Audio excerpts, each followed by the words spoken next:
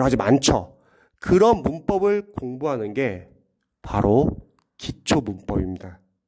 그래서 여러분 절대 기초 문법을 등한시하면 안 됩니다. 또한 이런 기초 문법은요, 독해에도 영향을 미쳐요. 우리가 보통 수험생분들이 문법을 공부할 때 문법 문제 맞추기 위해서 문법을 공부한다 생각하지만 아니에요. 여러분 독해도 상당히 중요하거든요. 독해 안에는 문장이 있고 문장 안에는 어휘, 어법이라는 거는 문법, 그리고 구문이 있습니다. 그러면 그런 문장을 읽기 위해서는 여러분들이 어법과 구문을 아셔야 돼요. 결국 문법과 연관이 있습니다. 그런데 많은 이제 강사분들이 기초 문법 과정이 빠져 있어요. 또한 기초 문법에서 단원별 문제풀이가 많이 빠져 있습니다. 그래서 여러분들이 기초 문법 문제를 많이 풀어보셔야 돼요. 그래서 제가 관련돼서 좋은 교재가 있기 때문에 추천을 원하시는 분들은 제가 나중에 알려드릴게요. 다음에 문법 포인트 암기.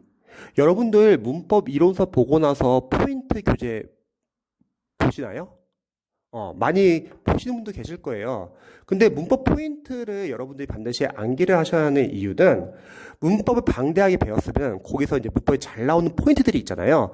그 포인트들을 암기해 주세요. 왜 그러냐면 실제 공무원, 경찰, 소방, 영어 문법에서 나오는 출제 범위는 한정되어 있습니다. 연도별로 여러분들이 나중에 추후에 문법 출제 포인트를 분석해 보면요, 늘 나오는 문법 포인트 위주로만 나옵니다. 그리고 그 포인트들을 모아놓은 게 바로 문법 포인트 교재인 거죠. 그런데 많은 수험생분들이 문법 이론과 그리고 문법 포인트가 암기가 제대로 안 되어 있어요. 제가 수험생분들과 상담할 때 항상 물어봐요. 혹시 기초 문법 제대로 이해했는지, 문법 이론을 아는지, 문법 포인트를 암기를 했는지. 이렇게 제가 물어보면요, 대다수의 수험생분들은 암기를 했다고 말합니다. 이때 유의할 점, 수험생분들은요, 인강을 들은 걸 안다고 착각하는 경우가 많아요. 그럼 제가 물어봐요.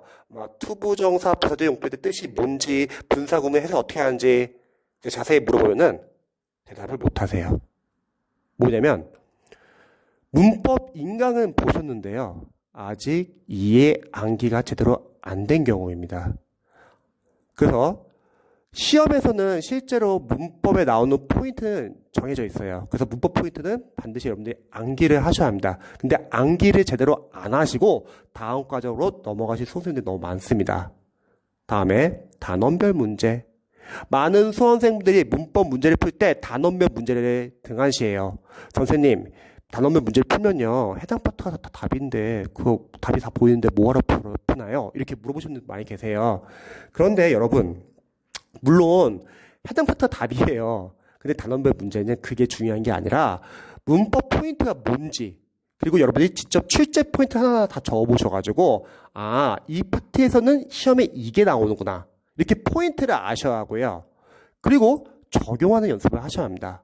그리고 실제로 여러분들이 단원별 문제를 풀고 나서 해당 관련 이론을 암기를 하셔야 돼요.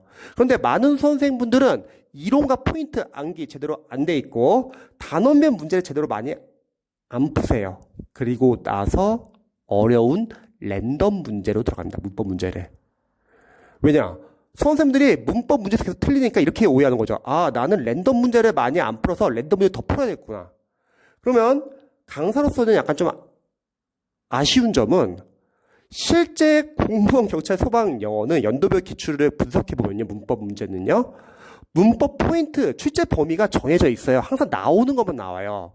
그럼 수험생분들이 관련된 파트 위주로만 암기를 하시면 되는데 제대로 이론과 포인트가 암기가 안 돼 있고 단원별 문제로 적용 연습이 안 돼 있는 상태에서 어설프게 랜덤 문제를 풀어버리니까 어설프게 섞이됩니다. 여러분 유의할 점은요, 문법은 절대 섞이면 안 돼요. 근데 섞기가 쉬워요. 그래서 체계적으로 단계별로 연습하셔야 합니다. 랜덤 문제는요, 여러분들이 단원별 연습, 문법 포인트 암기가 어느 정도 되고 나서 감 유지 차원에서 풀어도 되지만 실제로 지금 현재 시험은요, 단원별과 그리고 이론과 포인트 정도만 제대로 암기해도 틀린 문제는 없거든요. 그래서 단원별 문제를 많이 푸셔야 합니다. 다음에 구문 독해. 강사분들 중에서 구문 독해가 없는 강사분들도 많이 계시고요. 구문 독해가 있어도 너무 어려운 구문 독해로 다루는 강사가 너무 많습니다. 수험생분들이 이제 구문 독해 왜 하는 걸까요? 저는 이렇게 생각합니다. 독해를 하다 보면은 기초 수험생분들은 문장을 제대로 잘 못 봐요. 문장을 왜 못 보냐면 문장 안에는 어휘가 있고 그리고 어법, 관련된 문법, 그리고 외워야 하는 구문이 있습니다. 뭐 가주어, 진주어, 강조용법, 특수용법 여러 가지 등등 많죠. 그런데 수험생분들이 문장 안에서 이런 어법과 구문을 잘 못 봐요. 근데 당연해요. 왜냐면 과정상 문법이 아직 안 잡혀 있기 때문에. 따라서 그런 수험생분들을 위해서는 짧은 지문으로 구성되어 있고 문법이 약하기 때문에 문법 파트별로 구성이 되어 있고요. 계속 유형이 반복되는 교재가 필요합니다. 그게 구문 독해인 거죠. 구문 독해를 통해서 여러분들이 문법과 독해를 중간에서 연결해주는 다리 역할을 합니다. 그런데 시중에 있는 구문 독해 교재들이 너무 어려워요, 솔직하게. 그러니까 학생들은 풀고서 이 구문 독해 강의가 또는 이 교재가 도움이 되었다는 생각보다는 어려웠어요. 이제 이런 의견을 많이 남기더라고요. 그래서 구문 독해는 워낙 수능 쪽에서 좋은 교재들도 많기 때문에 여러분들이 좀 정보를 얻으셔가지고 쉽고 좋은 교재를 활용하시면 좋을 것 같습니다.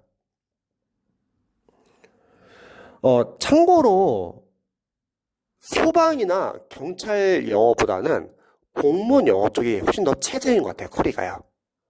또 반대로 공무원 쪽보다는 수능 쪽이 훨씬 더 교재가 좋고 상당히 체질입니다. 그래서 시중에 만약에 공무원, 경찰, 소방 커리가 좋다고 하면은 여러분들 시중 교재들을 활용하면 좋지만 저는 강사로서 봤을 때는 부족한 게 많아요. 그래서 좋은 수능 교재도 필요한 단계에서는 여러분들이 활용하시면 좋을 것 같습니다. 관련해서 궁금한 점 있으시면 저한테 언제든지 알려주시고요. 그래서 구문 독해도 제가 구문 독해 이제 하는 방법과 교재들 유튜브에서 추천했기 때문에 나중에 한번 참고해 보세요. 다음에 기초 독해. 많은 강사분들의 독해 커리에서요, 기초 독해 과정이 아예 없어요. 보통 유형별 독해로 바로 들어가죠.